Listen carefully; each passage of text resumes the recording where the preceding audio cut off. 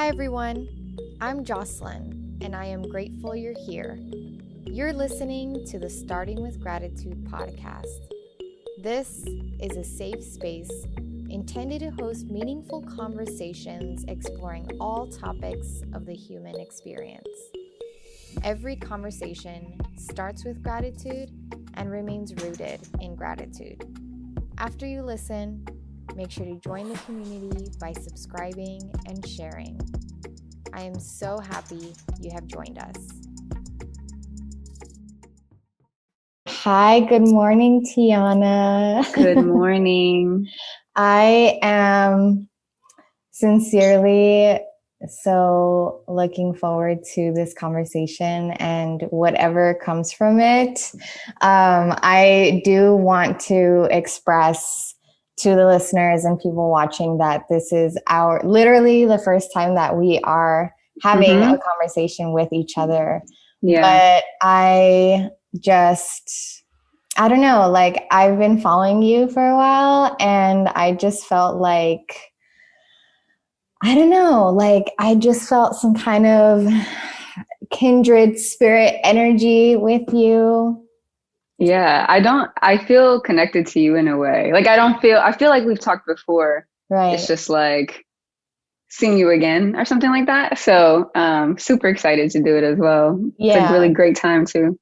Yeah. Again, with every podcast guest that I have, I am encouraging them to write and express their gratitude. And then from there, we're going to flow into our conversation. So I'm going to give you the stage and hold space for you to share what you wrote down.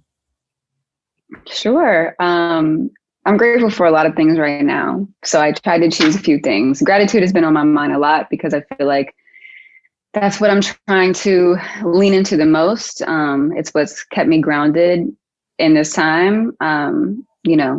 So here goes my gratitude for today. So today I'm grateful for waking up and that I get to keep trying, learning, and making memories with incredible people. I'm grateful for my partner and my best friend, Erin. I'm grateful for my mom, grandma, friends, and just love overall. I'm grateful for trees, sunshine, and beaches. That's why I'm sitting right by the window, because I feel like I've been inside a lot, but even just this little piece of sunshine on my shirt, I feel like I need it. I'm grateful for opportunities like this to meet and be present with others. So thank you for this space. I love that. I don't know why, but lately I've been really called to trees. I've never been actually called to like hug a tree, but I think I'm going to physically like put my arms around a tree, like the next time that I can. Yeah, I just feel like I need it that much. So yeah. I've actually, there's this park that I recently used to live by, and I would always pass by this tree and I always felt called to hug it, but I was like too embarrassed to do so. And now when I see a tree that I feel really called to hug, I'm just like, you know what? It's going down. I'm going to do it. I haven't done it yet. Maybe in, like an area like my grandmother's house or something, but I'm going to hug a tree in Prospect Park very soon. That's on my agenda for sure. I love nature and I feel like I value it even more now, kind of going without it for so long. Right. It's just definitely a happy place of mine. But at the same time, I love the city, but I think mostly because of the energy of other people. Right. I like the life that's happening around me, but it's good to have a mix for sure. Yeah. Would you consider yourself someone who's like sensitive to energy?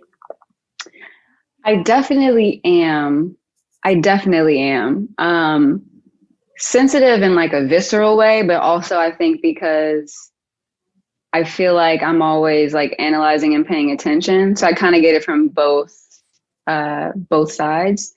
But in New York, it can go either way. Sometimes it's about me getting grounded so that I can be okay with all that energy. But I think what I like about it is that there's kind of a momentum to New York and the energy. So I came here really to just be in that flow.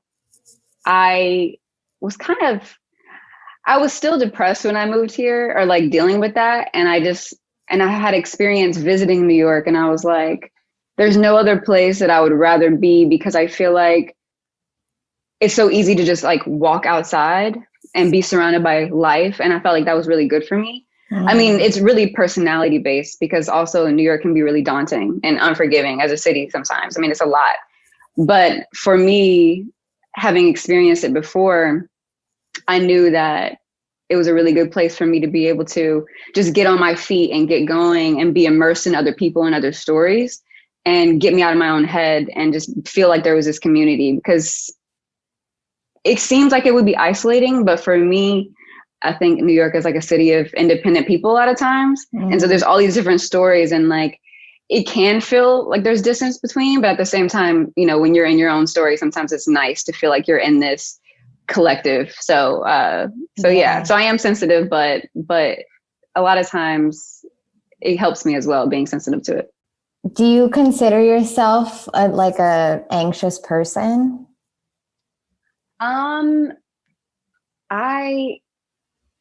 I feel like I've dealt with just anxiety. I don't know if I'm an anxious person, or I mean, I guess that would make me an anxious person, but I think more so it's like, it feels like something that's just there, that I'm really trying to deal with. The reason I say that is because a lot of times my anxiety, I can tell that it's something in my body, or it's like, I don't know if it's coming from hormones, or I don't know exactly what it is, but a lot of times the anxiety is like present in my body only. And so because of that, sometimes I feel like I experience it as something separate of myself, like that's happening to me. But I have a lot of experience with anxiety. Yeah. So it's like, I've gotten to the point now where I'm able to basically just try to self-soothe and understand, like, okay, something's happening, you know, the anxiousness is present. Like, what can I do to get like my body grounded? Like, what does it need? And also work on the mind component of that. But what about you? Do you have experience with anxiety, or do you consider yourself anxious?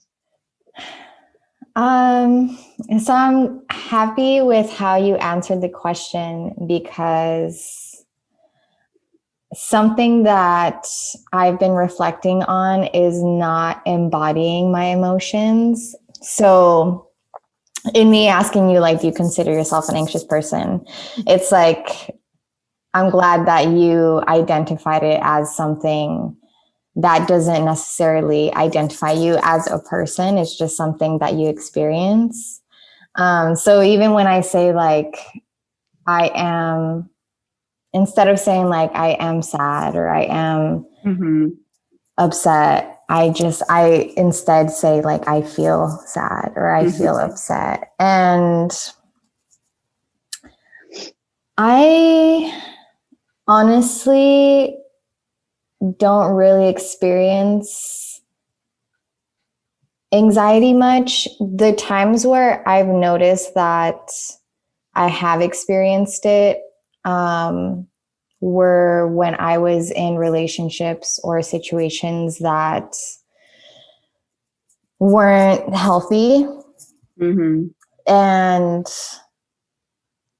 in one specific relationship, that's where I really developed anxiousness and really experienced anxiety for like really the first time in really intense ways that did manifest physically.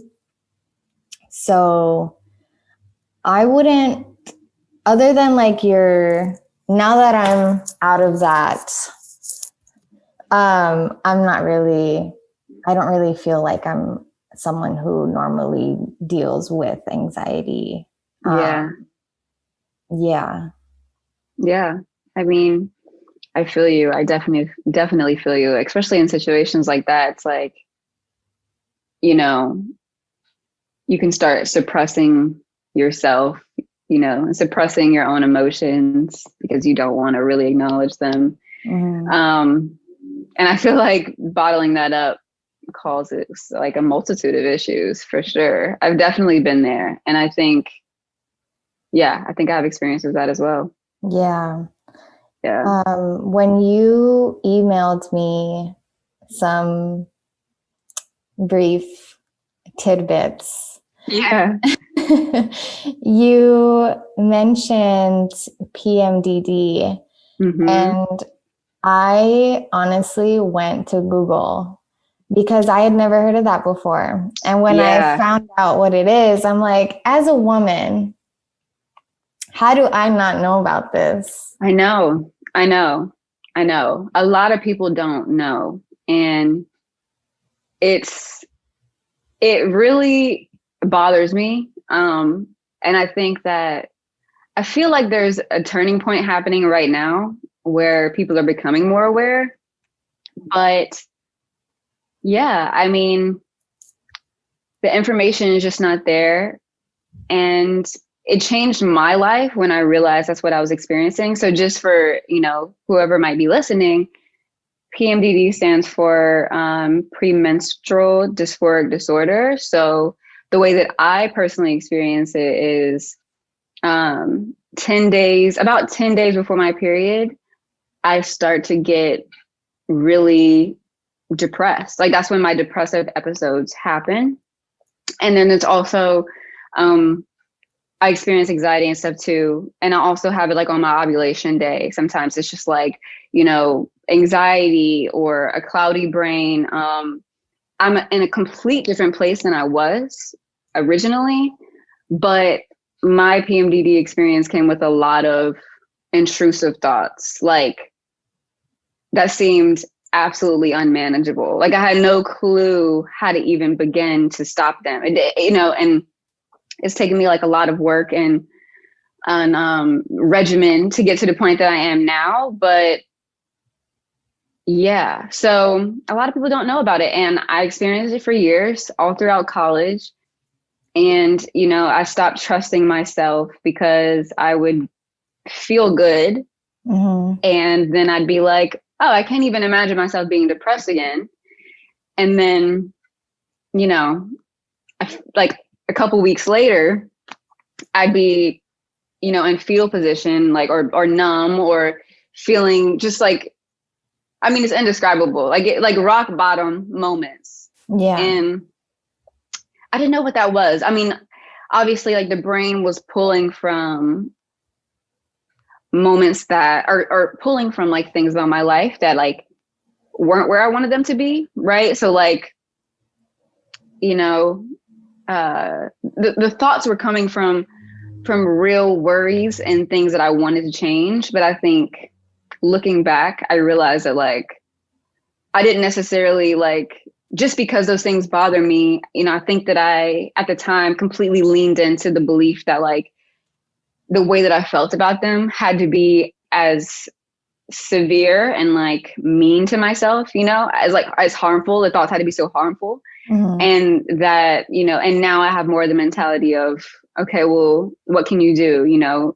This is something that you are unhappy with, right, about your life, but like, can you change it? Can you leave it? Or can you accept it? Like that's what the book, The Power of Now by Eckhart Tolle taught me. Also taught me a lot about managing thoughts. But so, yeah, but at that time in college, I had no clue what I was dealing with. And I had no way to anchor it. It just was all over the place because there was no way for me to really tell, 10 days is a long time. I wasn't really comparing it to be like, oh, with my period.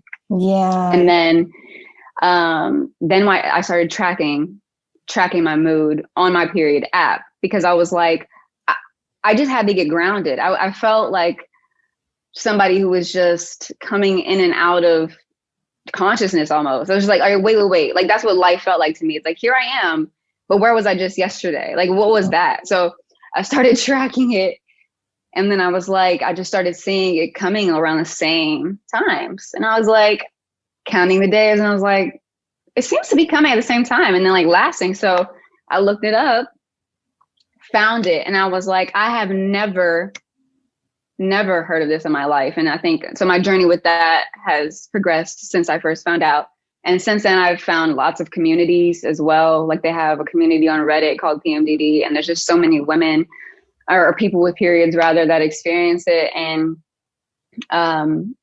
you know, it's so crazy to like read their stories and see how much of what they experience aligns with my experience. And I think having that is really helpful to know that I'm not alone, but also having that anchor of being like, oh, it lets me separate the other in the same way that I spoke about the anxiety or whatever. Right. It lets me realize that this is something just like happening to my body. And now I can, you know, self-soothe more. But for a lot of people, it's really hard. I mean, a lot of people, it's really, really hard. I feel like incredibly grateful and blessed for how much I've been able to kind of like find something that works for me, but a lot of people don't. It's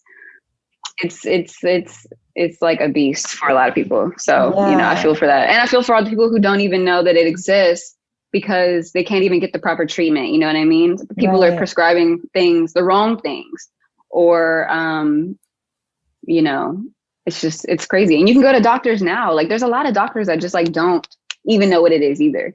And that can be frustrating too. Like I could probably go sit with several people and explain exactly what I have, and it would never come up on their radar. They would never think to tell me that.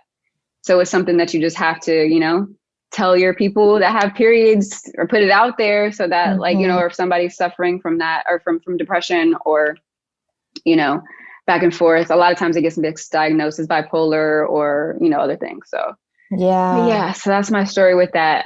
Incredibly grateful that I know and that I found community and some things to help bring me peace though, for sure.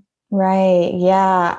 I mean, that's for you have dealt with that for years, and your menstrual cycle obviously happening every month and it lasting 10 days prior on top of what your period already is. Yeah. Seems like a lot. And it is. Yeah. It's a lot of time. Right. Yeah, that's true. Yeah. And I think that's one of the daunting thoughts for people too, when they just realize, you know, like, wow, like that's a lot of time. And I think there's some fear in it as well. Because unless you have a grip on it, you know, you've received the help you need, which a lot of times it's like, you got to really search for trying to find those right people. And depending on where you are, it might be even harder. But it's tough, but there's community there. So if anybody's listening who thinks they might want to look into it, there's definitely community there. A lot of people call it, they reference their PMDD phase, which I think the proper word is called the luteal phase, I believe. But they call it, a lot of people call it Hell Week, which I completely understand. Like that's how a lot of people, like when I'm on Reddit and stuff like that, like that's how a lot of people reference it. I personally choose to not reference it like that because I feel like language really, really matters in terms of like how our own brains perceive things. But I'm not knocking them at all because I completely understand where that comes from. Because for a lot of people, it is that. Yeah. You know, and it took me a long time to get to the point where it's like, okay, like I'm really trying to work on it, and you know, and it's like, and I've been, like I said, I've been blessed. It's not as easy for a lot of people to just say like, oh, it's just something you can just work on. No, like it's a lot of pieces have to be in play. Yeah. And then, you have to be in a decent enough space to even seek out that help. Yeah. One of my other thoughts I had about this is like, I would try to get into therapy. This is so annoying. I tried to get into therapy back then when I was like at my worst. And, you know, trying to get like some mental health help in this country is like ridiculously hard and expensive. And I would try to, you know, when I was at my worst, I'd be like, all right, like trying to find therapists and all that stuff. And it was a lot of work to do when I was feeling how I was feeling. Yeah. And there was never anything immediate. I always had to wait, you know, 1 or 2 weeks. And I was in this cycle with myself where by the time that the therapy appointment would come, I would be like, well, I I'm don't need it fine. anymore. Yeah, like I don't need it. Like I'm good. Like I got this under control. And I kept finding myself in that cycle, and it was just like, yo, like, so yeah, it's tough, but yeah, because there is I'm community guessing there. like prior to you knowing where this is rooted from, it must have been a lot harder for you because you're like wondering like what is wrong. And Yeah. having gone through my own physical experiences, like with like kidney stones and ovarian cysts and stuff like that, I highly encourage people to not necessarily be their own doctors, but to really get to know your body. And I love that you took the time to, take note of your menstrual cycle and have like that emotional catalog and see and recognize that pattern for yourself. Because in doing that alone, even if you don't get a period and you kind of track like your emotions on a weekly, monthly, whatever basis, like you really can see so much, especially if you're dealing with something like any physical pain or depression or anxiety or anything like that. Yeah. It's important. And as I've gotten older, when I first had my menstrual cycle, it was great because I wouldn't get PMS or any pain or anything other than like I would get this really sharp pain in my ovary, to where like I would have to like just stop doing whatever I was doing. But as I've gotten older, I've noticed that I have gotten increasingly more and more emotionally sensitive leading up to my period and during my period. Mm-hmm. And even then, I also didn't notice it until I realized like, oh, this is happening before my menstrual cycle is coming.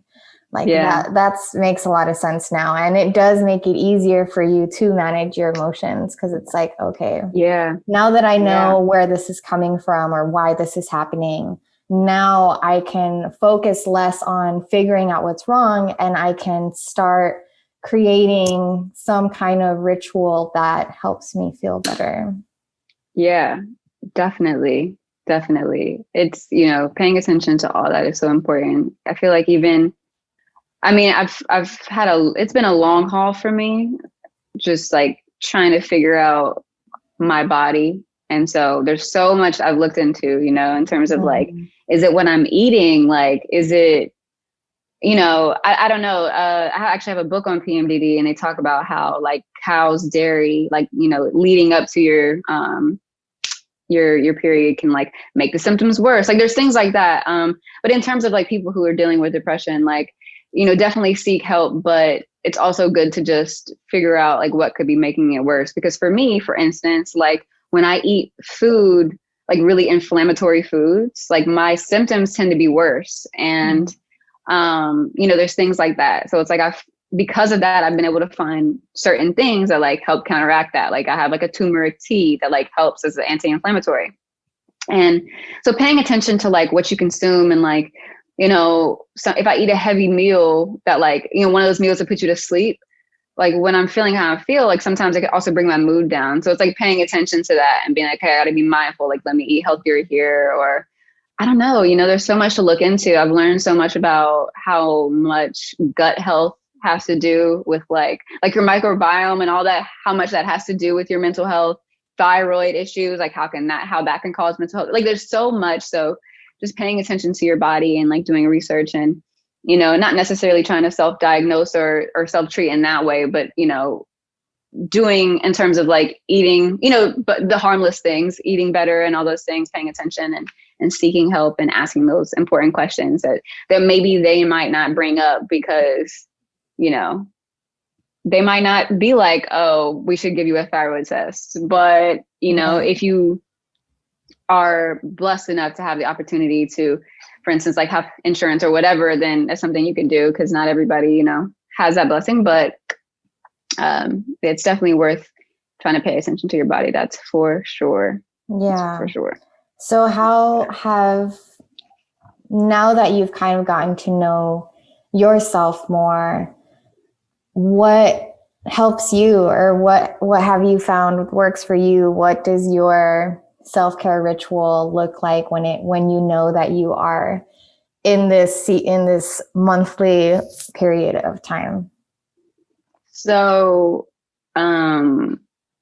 building habits in general is my number one thing. It's like really hard to build good habits, but it's really important. So movement is one of the biggest ones. That's just for general well-being overall. And it's something that I try to incorporate every day.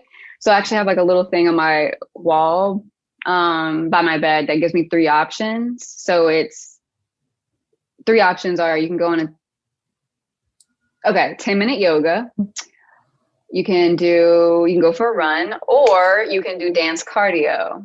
So I give myself options because I learned that it was easier to give myself options than to say do one thing. Because when I look over in the morning and I see that, my brain takes it as like, okay, which one do I want? Not so much like, oh, you have to do this. So instead I get to choose. And then if one feels harder than the other, I get to kind of pick one. So I usually do yoga. I feel like, because it also really integrates well with trying to meditate or get grounded. And I'm not saying that I do, you know, I don't do full out yoga routines. I think one day I want to get to that. I'm working on that. But I at least stretch and try to get grounded and just get present and, you know, look around at my surroundings, and then like, you know, try to scan my body, sit with myself for a second, say why I'm grateful, that kind of thing. But it's a process, you know, and it doesn't happen every single day, but I do try to do it most days. And one of the ways that I got to that point was accountability partners.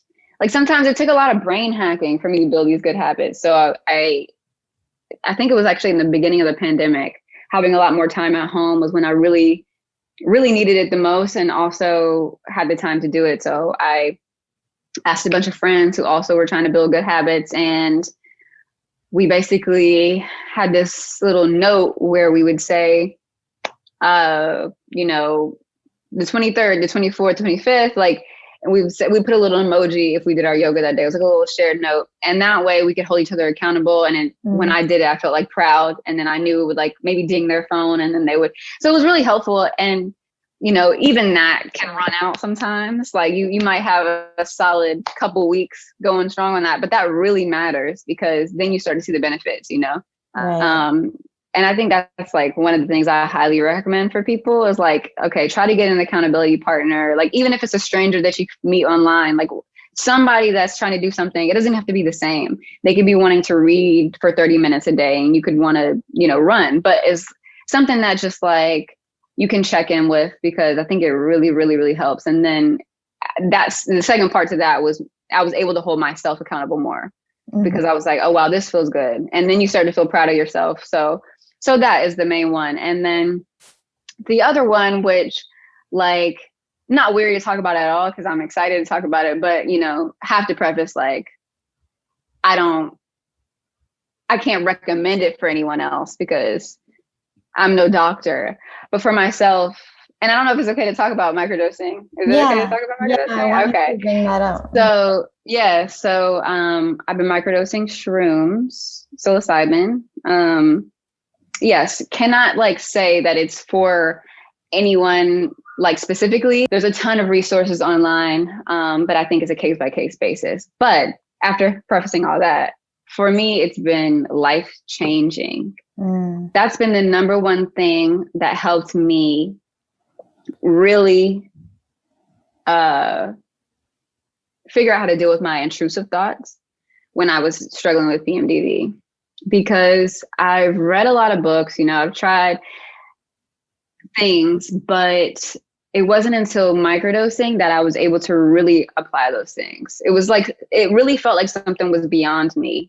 in terms of like what kept happening. Like, it was just something that it felt like a switch was stuck, basically. And when I started microdosing psilocybin, it felt like, for the first time that I could remember, you know, like, it felt like that switch was cut off. I was able to really manage my thoughts. And it wasn't that they didn't come up, but it was like I had more heightened awareness to be like, oh, not right now, or we're not going to do that, you know, or not believe them, you know. It wasn't my soul speaking voice in my brain. And the thing with, there's a lot of communities online for microdosing shrooms too, but the thing with that is there's this mentality that you kind of get naturally, and you'll see this sentiment a lot online, is that you really feel like you have to respect the psilocybin or the shrooms. Like, it feels like something that you work with.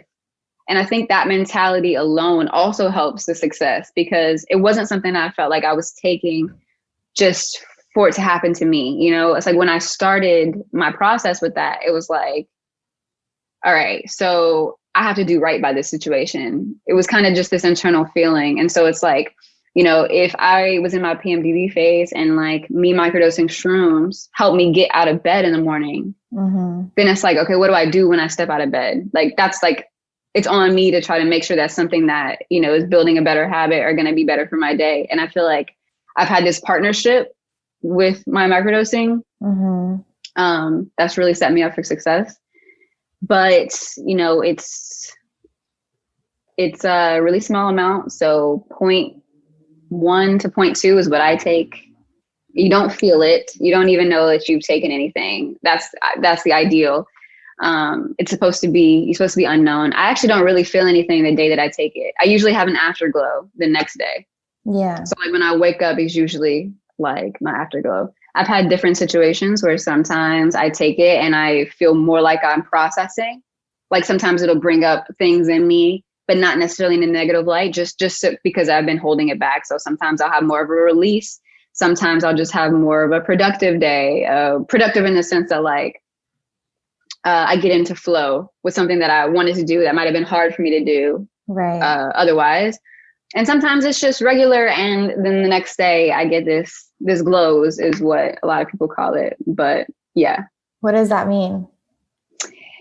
It's just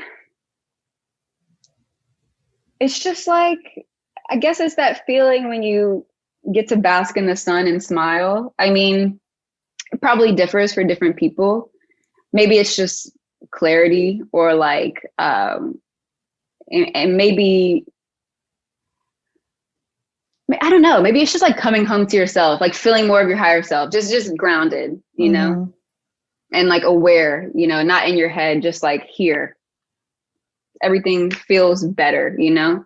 It's not like overt or like a high or anything like that. It's just a grounded feeling. So it's really, really, really helped me a lot. Yeah. I can't even describe it. And it's not something that you have to do indefinitely.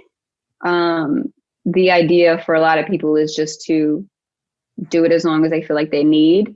Take breaks. If they need to start back, they can. I haven't microdosed in a while, actually, but my brain still feels the same as like if in a grounded way. Right. Like it, and when you read some of the articles and things, they talk about how basically it's like allowing your brain to make new connections. So it's like they've done these scans and stuff where they show like the brain on psilocybin and like the connection, like the natural connections that it makes on this photo, like the photo here, it's like there's just a lot more things crossing over. And I think that's what I mean by that unstuckness. I think quite literally there was more opportunity for me to rethink things. I don't really know how it happened, but yeah, from that moment on, like that initial kind of like journey with that, I've been in a much better place. So yeah, I'm super appreciative of it. More so, much better place, more so mentally or physically? Mentally, but that was my biggest one of all. That was the hardest for me in general. It's just like getting just bombarded by thoughts because yeah. And then not really being able to change the things that were bothering you about your life in a way that felt meaningful, or like the way that you wanted to, because you were treating yourself how you were treating yourself in terms of like meanness and like not feeling confident. And yeah, so being able to stop that for a second allows you to kind of like build the life that you want, and like be the person that you want to be. And I think that's part of it too. I think it like goes hand in hand, because a lot of the things that I was like in my head about were really true. And I needed a lot of time to like heal from just certain like childhood trauma and all that. And instead of me being in this like this cycling place of me really getting, like I said earlier, like bombarded by those thoughts of like that trauma, or how I feel about myself, or how confident I don't feel, and how scared I am, and how worthless I feel. I was able to instead have a pause where I can say that like this pause doesn't necessarily make the root of those things go away. But now that I have this silent space, like how can I address some of those things? Yeah. Like now from this space. And so that's like what this whole journey has been about. You know, I've spent a lot of time in the pandemic trying to do that, trying to talk to my inner child, and like, you know, a lot of things just in this new space. I do kind of want to touch more on intrusive thoughts. Mm-hmm. What did your intrusive thoughts look like? Because I don't know, for anyone who may want some clarity of like what that really is, or if they're currently or have been experiencing that and wanting some kind of like sense of peace from hearing it from someone. Yeah. It can look a couple ways. It could look multiple ways. One of the ways, I feel like one of the first stages of understanding it can just look like your own voice. And it can look like those thoughts that sometimes you feel like you've gotten grounded with, that you're like, okay, like I've changed my perspective on this, but that can keep coming back up as your own voice, right? Like the thought that's like, you know, that makes you feel like you're unworthy, or that you're doing something wrong, you know, that your existence is not enough. I think that I've talked to a lot of people, and I feel like some of the most common ones right now are about self-worth and, you know, productivity and what they're supposed to be doing and what makes them worthy as a person. Mm-hmm. Just because I feel like societally it's when you're paying attention to what is said, like what is being said, it's like, it's clear why people are feeling the way that they feel. Or when you pay attention to what kind of things are rewarded, whether or not everybody means to, it's clear why people feel the way that they feel. So people are not in the wrong. Like you're not crazy for having these thoughts come up, because I feel like it is a crazy like juxtaposition to like think about, to talk to yourself about what matters and what makes you worthy, but then to constantly feel like that's not really what people are telling you, or that's not really what's validated from day to day. Mm-hmm. So basically any thought that is either comparing your journey to someone else's, that is making you feel like you might not be good enough for this thing, or that you're good enough because you're not doing this other thing, or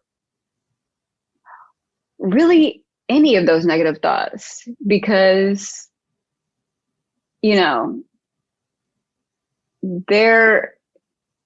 for those things, like you're worthy without all that, like, you know, like don't let your brain tell you otherwise. And I don't know how to like get into the voice so much as to say that it's just basically here, this is how I differentiate now. I try to get really, really clear with myself, and I'll say, it's when you start getting tired of hearing it. That's when you know.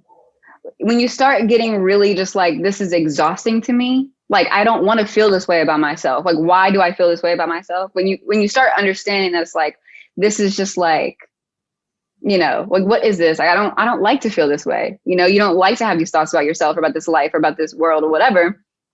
And I got to the point where I basically was like, I remember I was like sitting here and I was just like, man, like, I really just like really, really, really want to be kind to myself today. Like, that's all I want. Like, I just really want to be able to be kind to myself. And I feel like I so desperately wanted that. Like, I was saying it to myself. And I was like, then I realized like the voice that was saying that was like, that was my true voice. Like, I wanted to be kind to myself this whole time. Like, I just like, so for me to say that helps me, like I'll say like, I really want to be kind to myself. If I feel like I'm not, like, I really try to find that, because you can differentiate these things that are happening in your head, because just like we dream, just like we, there's so many thoughts that come up, and not every single thought needs to be validated in that way, especially as you're healing and dealing with trauma and dealing with a world that is a lot of times not set up like in a way that really makes sense for like the human mind. And so it was learning how to get grounded and be like, okay, like, I can look at that and see it for what it is. It's coming from an old pattern. It's coming from, something that I haven't yet gotten clear with myself. And I'm gonna work on that. But right now I'm not gonna let it like scream at me, because I'm gonna choose to believe this one. So yeah, that's like one of my favorite tricks. And also, just in case somebody really aligns with like needing to hear this, the book that I mentioned earlier that I said really helped me with intrusive thoughts, The Power of Now. One of the most like tangible like solutions that was given in the book was, if you're having intrusive thoughts and like they can't stop, like those thoughts that just keep coming, like your brain is racing, like the easiest thing to do is say, what will I think about next? And like every time I do that, and I've heard a lot of people say that they've tried it and it works, but like when you ask yourself, what will I think about next? It's hard for your brain to come up with something. It's like, it really intercepts like this whole process. You're like, what will I think about next? And then it's like this moment of silence. And the book kind of discusses, sitting in that, like being present with that one moment of silence. And, you can work to kind of elongate that.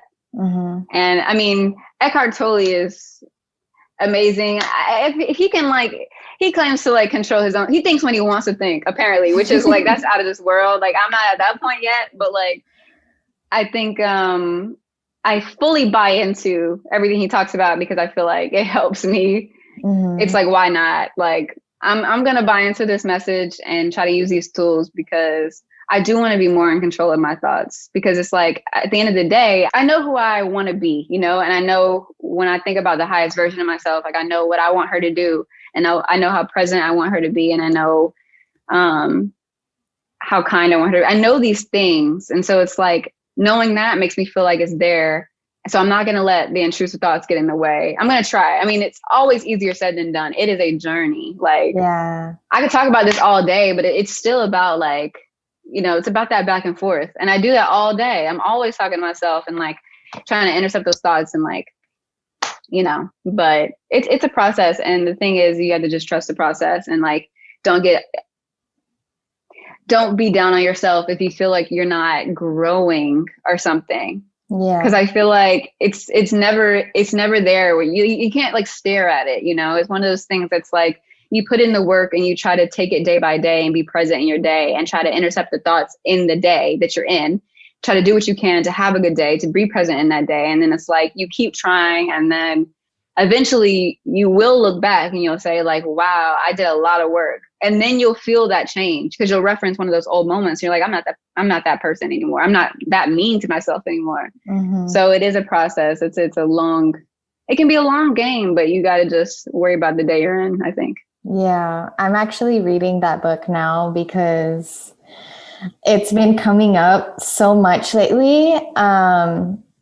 And yeah, I'm glad that I'm reading it. And I'm still kind of in the beginning, but he gave me some clarity on really being in the present moment. And I love how he gives you those kinds of like practical examples that you can apply in your life. And I think it was even just yesterday or the day before where I was like, you know what, I'm going to try this today and being really, really present. And I'm going to do so by bringing myself to this moment and recognizing like, how does my body feel? Like, what am I listening to?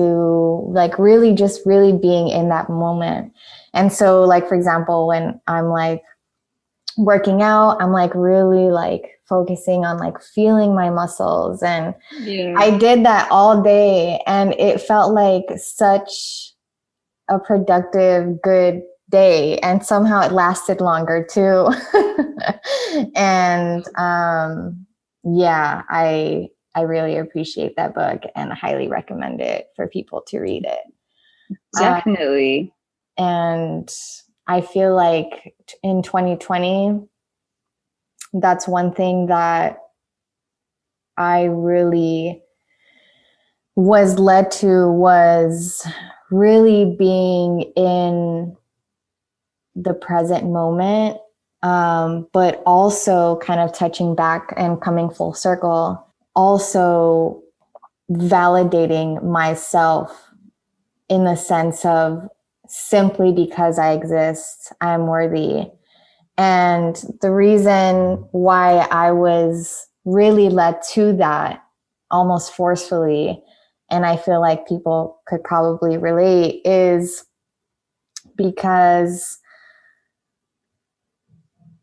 of the pandemic, and not being able to be on the professional path that I was on and that looking different, and realizing that a lot of my sense of worth and validation came from my work. Yeah. And not having that or it looking different last year and coming into this year, it was like really interesting for me to observe, like, why do I feel less worthy or less cool or and yeah, going through that whole experience last year. I feel like a lot of people can resonate with that for sure. I can definitely resonate in my own way. I've finally, I feel like, came to peace with that because, I mean, it's like it starts when you're a kid. Well, I feel called to say that I'm really proud of you for really investing in yourself in a way that is unconventional but shouldn't be in the world. And because it's not easy to like figure yourself out and figure your thoughts out and delve into the root of things and really come to this self-acceptance and navigating life in a way that feels good to you and you may not commonly see in the world around you. Yeah, for sure. Thank you. Thank you. I'm proud of you too. This is like a really great space. It's like I was more than excited. Like I was so excited to do this with you because this is like a dream of mine, to kind of like have this space as well. So to be able to be in this space with you helps me feel it, and helps me kind of understand what it feels like to be in this flow so that I can manifest it later as well. And I mean, manifest, but also like it's about doing the work, which I will get to as well. I plan on that eventually. it's been it's been a lot this few months, so it's something that's next, it's like I'm taking it one thing at a time in terms of all this, but yeah, like I'm so grateful and I'm so proud of you. Your energy is incredible. So it's, how did you get this way? Thank you. I honestly, I don't know. Have you been doing a lot of self-work lately? Like, do you feel like the work has been more expedited lately? Is that like what called you now to do this? Or has this been just like an ongoing journey for you? I think it's an ongoing journey. And I think honestly that a big part of it is something that is above me, because I sincerely feel that I've experienced really intense and traumatic moments in my life, to where I myself wonder, like, how am I not in a really dark space right now? Like, how did I overcome that? Or I honestly ask myself that. And it's something that I feel really, really grateful for. And it makes me feel like it's simply just a calling for me to be able to relate to more people and understand people, and really, I don't know, just do things like this that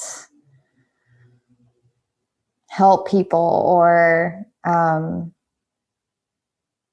give people a space or a story that they need, that I needed at a time, and the things that I'm investing in now are things that I was really interested in as a kid. And I noticed that last year in doing a lot of shadow work, in doing a lot of inner child work, that I'm returning back to these things that really brought me a lot of joy. And doing a podcast is something that I've always wanted to do, but for some reason always like put it off. Yeah. And I was like, you know what? I'm just gonna start this. So yeah, I'm glad that you did. Thank you. I'm glad that you did, because you jumped right in, and so many of us can learn from that, and not stand in our own way, because what you're creating here in this space is, wouldn't happen without you. And there's definitely a place for it, and somebody will be moved by it. So yeah, I'm definitely like inspired by that for sure, and it has me ready to go as well, because I think my biggest thing is wanting to figure out how I can be of help, and where I can be a light. And I feel like I have a lot of I've had a lot of experience too with like just trauma, but also I've spent a lot of time doing a lot of work, shadow work, and learning my body and all these things. And it'll continue to be ongoing. But if I have anything for anybody to hear, like I just like, I feel like sometimes I'm just sitting on certain things that I just like, I wish it could find the people that need it the most. So, I'm trying to figure out that it's a journey, but, and also I just want to listen, and I want to learn. And when things open up, I really want to travel. But yeah, most of all, it's just like, trying to figure out how I can be of help. So it's an ongoing journey, but that's mostly what I feel called to do right now. Yeah. And I'm glad I'm in a space where I'm not so worried about a title or trying to define myself by what it is I do. And more so, I think this next chapter is about like not even defining myself, but if I had to, more so defining myself around like what my value is at this time. And really it's about just like helping others heal, being present and like, yeah, and just listening, being curious, learning. So, you know, it's all good. It's okay to not know as well. I feel 100%. like I needed to hear that like before. So for anyone that might need that, like, it's okay to not know, like you're figuring it out. Like, think about your values, think about what's important, and it probably will give you some insight, you know, will get you excited to get up. Yeah. And whatever the answer is like, okay. Yeah. And two last things. One, you are a light, a really big light. Thanks. And I know that at least a realization for me has been that light cannot be light without shadow, and vice versa. And I feel like being a light is a mirror reflection of someone or something that has done a lot of shadow work. And I think at least a realization for me is that I realized that I've never strayed away from doing my own shadow work, which I'm really grateful for. So I just want to say that I recognize and I see that in you. And yeah. Thank you. And thank you. The last thing that I want to ask you and leave this conversation on, because you brought it up a couple of times in these last moments, are really leaning into your values and knowing your higher self. And I want to ask you, like, what are the values that are really coming up for you right now, or like, how do you envision your higher self? I see this like vision in my head, and it's just like, I'm like, what are you doing? Like, she's kind of just smiling at me. Like, that's like my higher self. Like, I don't know. Yeah, someone who's kind to herself and to other people. Someone who is present and intentional. Someone who is curious and grounded. Someone who is welcome to be afraid, but goes anyway. Someone who is not afraid to make mistakes and to fail, and someone that just gives where she is most able to give. And right now, I think it feels like it's through the voice and through presence and love and conversation, documentation, writing. But yeah, it's more of a big thing. And then my values is just trying to make, while I'm on this planet, like, if I can make anyone's life a little bit better, because a lot of the work that I've done has made my life a little bit better, and it matters because this is my time here. Mm-hmm. So if I can use that time to, like, because sometimes those answers, those little resources, those tidbits of information can make a world of difference. Yeah. So it's like making sure that I at least try to get it to somebody who needs it, that could potentially make their experience here a little bit more peaceful, make their mental more peaceful, make their day more hopeful. So that's it right now, I think. Yeah, when you said you just envision your higher self smiling at you, the first thing I thought, I was like, she loves you.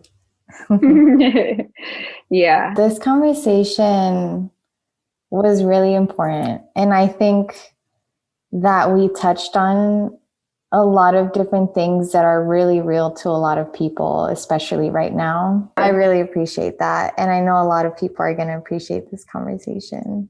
Oh, thanks. Thanks. I definitely appreciate this conversation and feel really grounded and grateful to have it. So, yeah, I'm glad. I appreciate you a lot. Likewise.